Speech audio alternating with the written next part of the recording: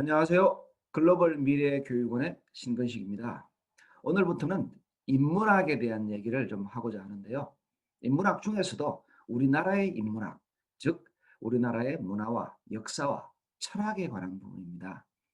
뭐 안다고 생각했지만은 제대로 몰랐거나 혹은 잊어버리고 있었던 우리의 소중한 문화와 역사, 철학에 관한 부분인데요.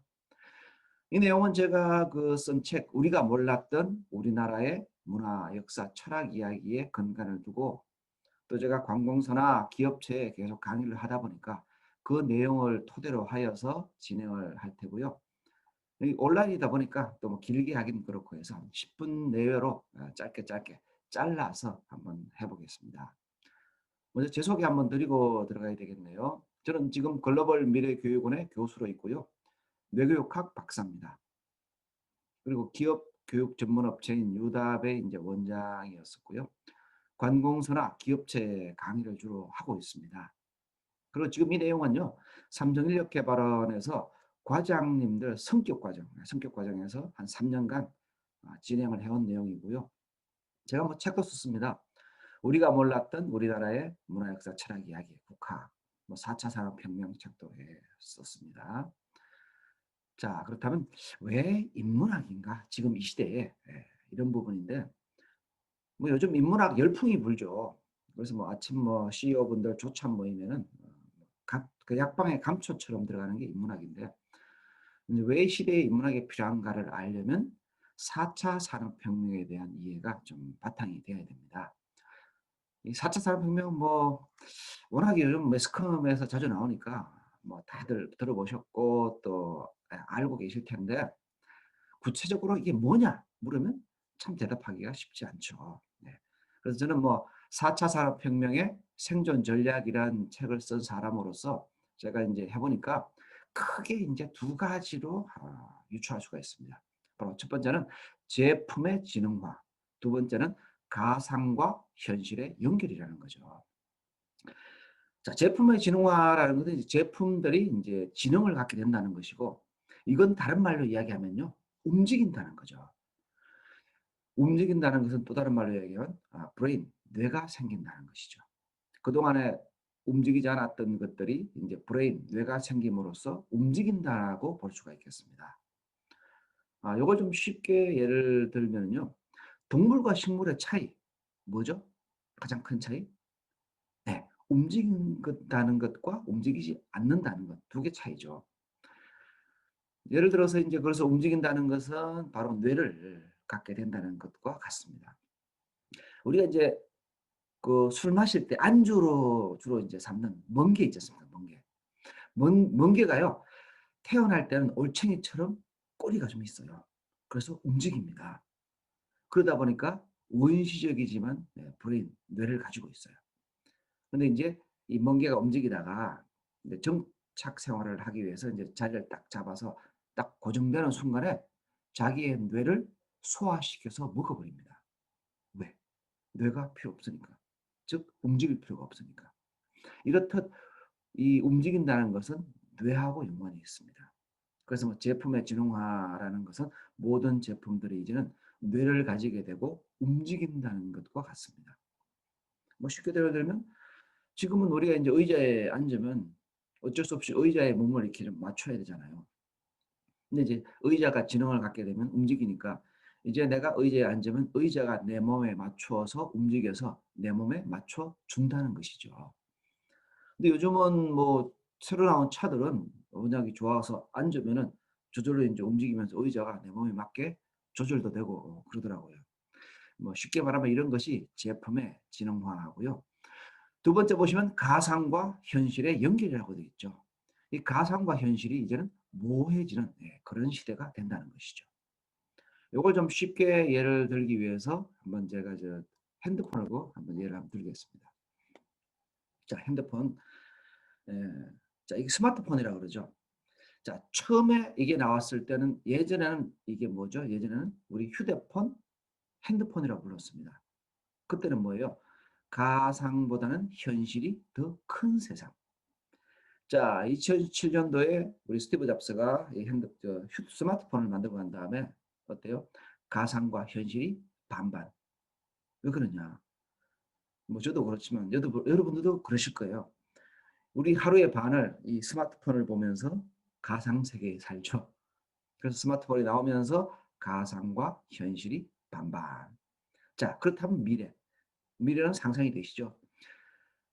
현실보다 가상이 큰 세상입니다. 그래서 가상으로 현실을 움직이는 시대가 바로 미래 시대, 4차 산업혁명 시대가 되는 거죠. 앞으로 인제 미래 시대에 뜨는 산업 중에 하나가 농업이래요, 농업. 뭐 세계적인 투자가죠. 짐 로저스가요. "앞으로 농업에 투자하라." 얘기했는데 이 농업도 이 스마트폰 하나 가지고 이제는 되는 시대라는 거죠. 자, 예를 들어서 이제 봄이 됐어요. 이 스마트폰이 나에게 묻습니다. 주인님 올해 뭐 심으실 거예요?" 나에게 묻습니다. 그럼 제가 인제 얘기를 해야죠. "야, 올해 뭘 심으면 좋겠냐?"라고 다시 되묻는 거죠.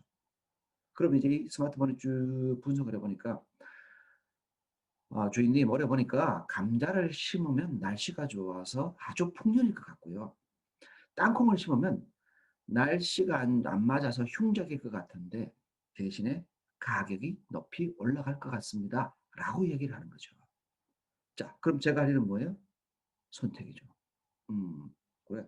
"감자가 좋겠다. 감자 심어라."라고 이야기하면 이 가상이 현실을 움직이고 모든 제품이 지능을 갖게 되기 때문에 가능한 거죠. 이 스마트폰이 트랙터를 움직여서요.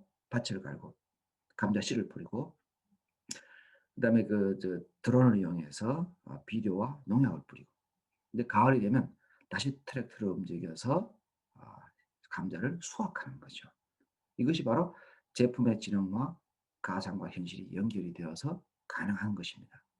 자, 그렇다면 여기서 의문이 생기죠. 자, 사람. 이제 모든 일들은 기계가 다 합니다. 그러면 사람이 할 일은 뭐죠? 그죠? 사람은 무슨 일을 해야 될까? 이게 인제 앞으로의 관건이라는 거죠. 자, 이 시대에 사람이 해야 될 일이 있겠습니다. 바로 사람, 인간 의 교감이라는 거죠. 오히려 인간과의 교감이 필요하기 때문에 사람의 존재는 더 커진다는 것이죠. 그렇기 때문에요. 미래에 필요한 인재가 있습니다. 엘빈 토플러 이후로 가장 또 세계적인 미래학자라고 불리는 사람이 있습니다. 다니엘 핑크인데요. 이 다니엘 핑크라는 사람이 새로운 미래가 온다는 책에서 미래에 필요한 인재 두 가지를 이야기했습니다. 두 가지 인재. 바로 하이 터치와 하이 컨셉. 예. 여러분에게 한번 뭐 제가 정답을 알려드리기 전에 하이 터치가 뭐고 하이 컨셉이 뭘까요? 여러분이 먼저 한번 생각을 해 보시죠. 네. 설명을 드리면요. 하이 터치는 공감을 이끌어내는 능력이라고 얘기합니다. 즉 감성이죠.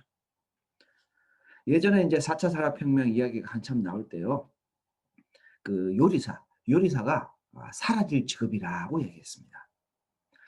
물론 뭐 패스트푸드를 만드는 이런 요리사는 사라져요. 사라지는데 뭐 미슐랭 가이드 별표를 받는 이런 예술적인 요리사는 오히려 뜰 수가 있다는 거죠. 왜? 사람의 감성을 자극하니까.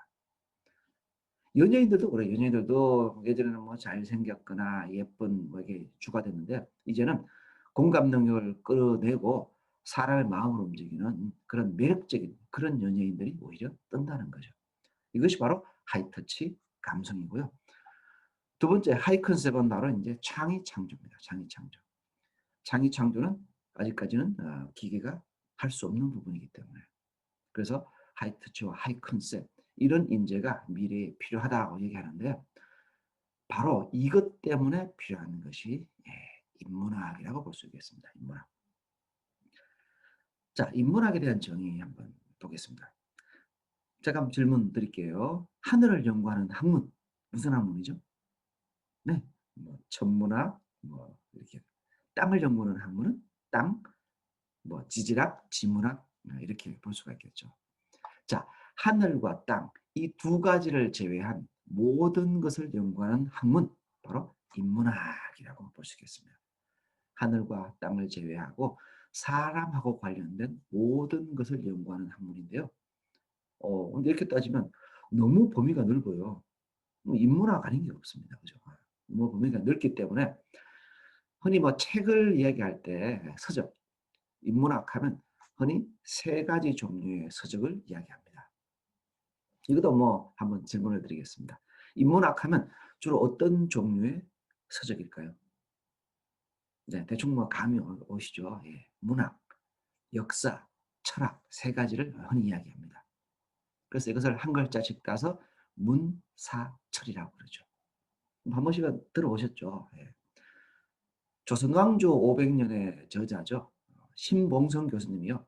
문사철 600이라고 얘기했습니다. 이게 뭐냐? 문학서적 300권, 역사서적 200권, 철학서적 100권 해서 총 600권은 읽어야 지성인이다 해서 문사철 600이라고 말씀하셨습니다. 이게 이제 왜 그러냐 그러면요. 사람이 이제 문학을 공부하면요. 정서적으로 아주 깊어집니다. 두 번째, 역사를 공부하면 미래를 예측할 수 있는 힘이 생긴다는 거죠. 왜? 역사는 반복되니까. 예전에 이제 공자님의 제자 중에 한 분이 공자님께 질문을 했습니다. 공자님, 혹시 300년 후의 미래를 알 수 있겠습니까? 라고 물으니까 우리 공자님께서 야, 역사를 공부하면 3000년 미래도 알 수 있는데 야, 그까지 300년 미래 모르겠냐? 라고 말씀하셨다 그러죠. 바로 이 역사는 반복되니까 역사를 공부하다 보면 미래를 알 수 있다는 것이죠.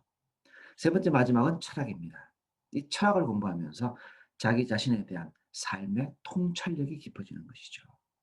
그래서 이제 문사철 600이라고 하는 것인데요. 자, 오늘은 이제 우리나라의 문학사 철학 이야기 첫 번째 시간이었고요. 그래서 인문학이 왜 필요하고 4차 산업혁명과 어떤 관계가 있는가 이런 부분에 관해서 한번 얘기를 나눠봤습니다.